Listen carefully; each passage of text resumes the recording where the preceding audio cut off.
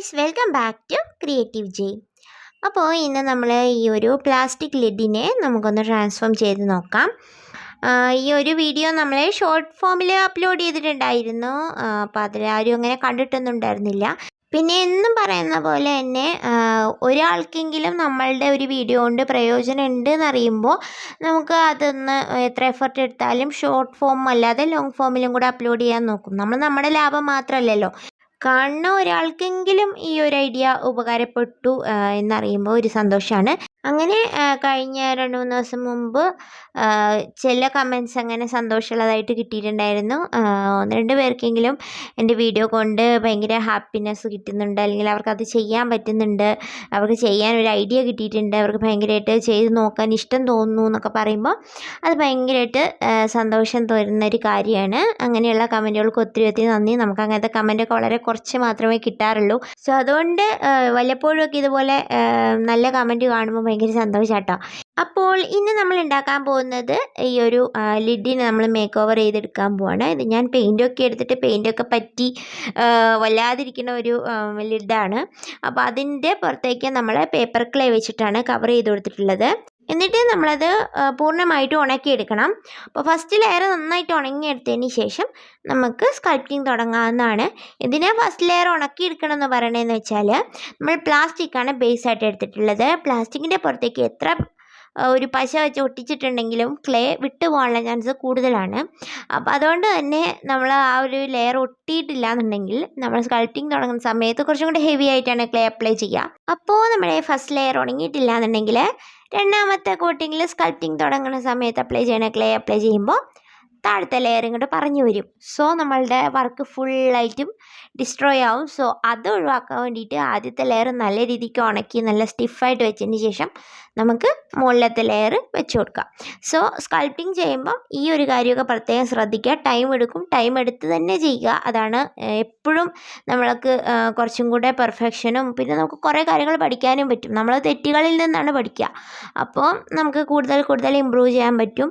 ഞാൻ ഈ ആർട്ടൊന്നും പഠിച്ചിട്ടില്ലാത്തതുകൊണ്ട് തന്നെ എനിക്കെപ്പോഴും എൻ്റെ വർക്കിൽ കുറേ മിസ്റ്റേക്ക് പറ്റിയിട്ടുണ്ട് ആദ്യമൊക്കെ. അതിൽ നിന്നാണ് ഞാൻ കുറച്ചായിട്ട് ഇമ്പ്രൂവ് ചെയ്ത് വരുന്നത്. അപ്പോൾ എനിക്കറിയുന്ന കാര്യങ്ങളാണ് കേട്ടോ ഞാനിവിടെ എങ്ങനെ ഷെയർ ചെയ്യുന്നത് എൻ്റെ വീഡിയോയിൽ കൂടെ.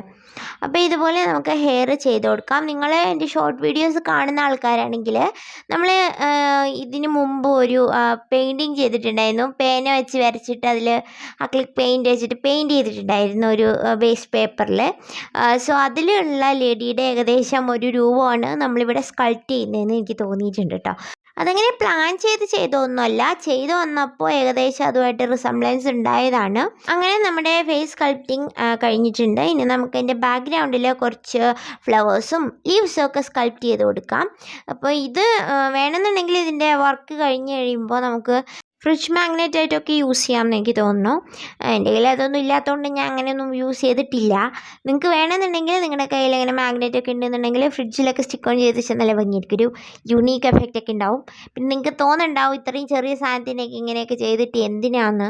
അങ്ങനെ ചിന്തിക്കുന്നവരും ഉണ്ട്. വലിയ സാധനങ്ങളല്ലേ കാണാൻ ഭംഗി, കുഞ്ഞു സാധനങ്ങൾ ചെയ്തിട്ട് എന്തിനാന്ന്. ഇതൊരു ക്രിയേറ്റിവിറ്റി അല്ലേ. നമ്മൾ ഒരു ചെറിയ സാധനത്തിനെയും നമുക്ക് കുറച്ചുകൂടെ ഭംഗിയാക്കാം എന്നുള്ള അത്രേ ഉദ്ദേശിച്ചിട്ടുള്ളൂ കേട്ടോ. ഭയങ്കര സംഭവമാണെന്നുള്ളതൊന്നും ഉദ്ദേശിച്ചിട്ടില്ല. അപ്പോൾ നമ്മൾ സ്കൾപ്റ്റിംഗ് എല്ലാം കഴിഞ്ഞു. നമ്മൾ ലീഫും അതുപോലെ തന്നെ ഫ്ലവേഴ്സ് എല്ലാം വെച്ച് കൊടുത്തിട്ടുണ്ട്. എന്നിട്ട് നന്നായിട്ട് ഉണക്കിയെടുത്തു. പിന്നെ നമ്മൾ പെയിൻറ്റിങ്ങിലേക്കാണ് നടക്കുന്നത്. അപ്പോൾ നമ്മളിവിടെ അക്രിലിക് പെയിൻറ്റ് വെച്ചിട്ടാണ് പെയിൻറ്റ് ചെയ്യുന്നത്.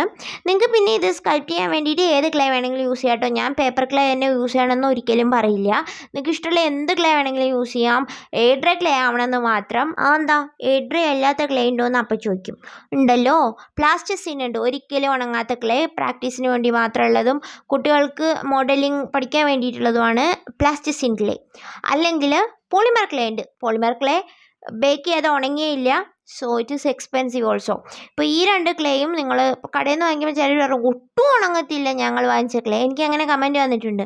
ഞാൻ കടയിൽ നിന്ന് വാങ്ങിച്ച ക്ലേ ഒരിക്കലും ഉണങ്ങാറില്ല. എന്താ കാരണം, it is not air dry. അത് പ്ലാസ്റ്റിസിൻ ക്ലേ ആണ്, ചോയ് ക്ലേ എന്നും പറയും. സോ അത് നോക്കി വേണം വാങ്ങിക്കാൻ കേട്ടോ.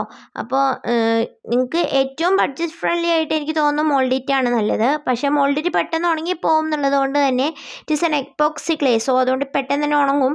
സോ അതുകൊണ്ട് തന്നെ എപ്പോഴും എനിക്ക് കംഫർട്ടബിൾ ആയിട്ടുള്ളത് ഹോം മെയ്ഡ് ക്ലേ ആണ്. സോ അതുകൊണ്ട് ഞാൻ ഹോം മെയ്ഡ് വീട്ടിലുണ്ടാക്കി എടുക്കുന്ന ക്ലേ യൂസ് ചെയ്യുന്നത്. നിങ്ങൾക്കത് ഉണ്ടാക്കാൻ ബുദ്ധിമുട്ടാണെന്നുണ്ടെങ്കിൽ കടയിൽ നിന്ന് വാങ്ങിക്കുന്ന ഏത് എയർ ഡ്രൈ ക്ലേ വേണമെങ്കിലും നിങ്ങൾക്ക് ഇതിന് വേണ്ടിയിട്ട് യൂസ് ചെയ്യാം. അപ്പോൾ നമ്മൾ വാചകം അടിച്ചുകൊണ്ടിരിക്കുന്ന സമയം കൊണ്ട് നമ്മൾ പെയിൻറ്റിങ് ഓൾമോസ്റ്റ് ആക്കിയിട്ടുണ്ട്.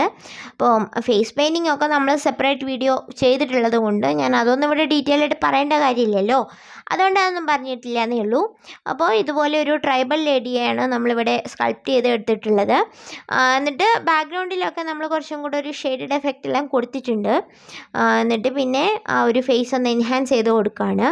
ഒരു സ്കൾപ്റ്റഡ് ഫേസ് പെയിൻറ്റ് ചെയ്യുമ്പം ഏറ്റവും എൻജോയ് ചെയ്യുന്ന അതിൻ്റെ ഹൈലൈറ്റ്സ് കൊടുക്കുന്ന കേട്ടോ.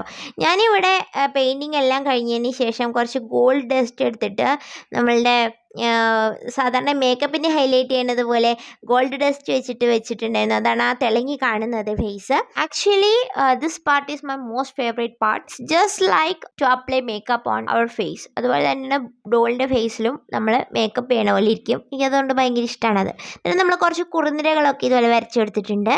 അപ്പോൾ ഇത്രയേ ഉള്ളൂ ഈ ഒരു വീഡിയോ. ഇത്രയേ ഉള്ളൂ. ഇത് വളരെ കുഞ്ഞു ക്രിയേഷനാണ്. പക്ഷേ നിങ്ങളിത് എവിടെയെങ്കിലുമൊക്കെ ഇതിന് പറ്റിയ രീതിയിൽ ഇതിനെ യൂസ് ചെയ്യുകയാണെന്നുണ്ടെങ്കിൽ കുറച്ചുകൂടെ ഭംഗിയായിട്ടിരിക്കുന്നതാണ് എനിക്ക് തോന്നിയിട്ടുള്ളത്. നിങ്ങൾക്ക് വേണമെങ്കിൽ എക്സ്ട്രാ ഒരു ബോർഡറൊക്കെ കൊടുത്തിട്ട് കുറച്ചുകൂടെ ഭംഗിയാക്കാൻ പറ്റും. അപ്പോൾ ഇത്രയേ ഉള്ളൂ ഇന്നത്തെ വീഡിയോ. അപ്പോൾ നമുക്ക് പുതിയൊരു വീഡിയോ ആയിട്ട് വീണ്ടും കാണാം. Till then thank you for watching. Cheese.